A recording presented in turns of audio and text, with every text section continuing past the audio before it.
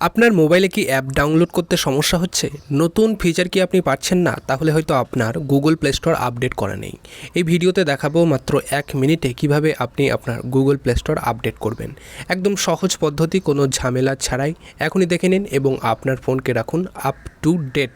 এই ভিডিওতে আপনি জানতে পারবেন প্লে স্টোর আপডেট করার সঠিক নিয়ম, প্লে স্টোর আপডেট না হলে আপনি কি করবেন, এর দ্রুত সমাধান কি করা যায়। এই ভিডিওটি নতুন ইউজারদের জন্য বিশেষভাবে সহায়কপূর্ণ হবে, তাই ভিডিওটি শেষ পর্যন্ত দেখুন এবং আপনার ফোনকে রাখুন আপ টু ডেট। তো চলুন তার জন্য মোবাইল স্ক্রিনে যাওয়া যাক। আপডেট করার জন্য সর্বপ্রথম তোমাকে সেই গুগল প্লে স্টোরেই কিন্তু আসতে হবে। আমি গুগল প্লে স্টোরটাকে ওপেন করে নিয়েছি। ওপেন করে নেওয়ার পরে একেবারে ওপরের ডান দিকে কোণে যে প্রোফাইল সেকশন, সেই প্রোফাইল সেকশনটা কিন্তু ট্যাপ করতে হবে। আমি ট্যাপ করে নিয়েছি। ট্যাপ করে নেওয়ার পরে একেবারে স্ক্রল করে একদম নিচে চলে যেতে হবে। নিচে চলে যাওয়ার পরে দেখতে পাবে সেটিং বলে একটা অপশান আছে। এই সেটিং অপশানটা তোমরা কিন্তু ট্যাপ করে নেবে।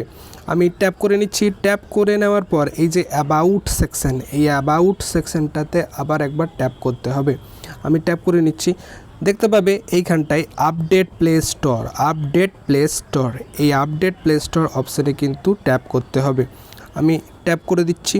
তারপর দেখাচ্ছে, দেখো Google play store is up to date. যেহেতু আমার আপডেট করা রয়েছে তাই Google play store is up to date দেখাচ্ছে।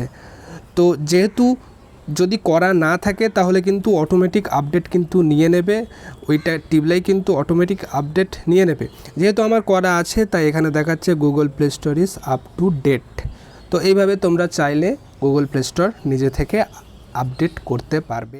তো গাইস, ভিডিওটা ছিল এইটুকুই। ভিডিওটা যদি ভালো লেগে থাকে অবশ্যই একটা করে লাইক করে দিও এবং যারা এই প্রবলেমে ভুগছে তাদেরকে এই ভিডিওটা শেয়ার করে দিও এবং আমার চ্যানেলটিকে সাবস্ক্রাইব করতে একদম ভুলবে না। দেখা হচ্ছে পরবর্তী কোনো একটা ভিডিওতে। আজকের মতো এখানেই এটুকুই, বাই।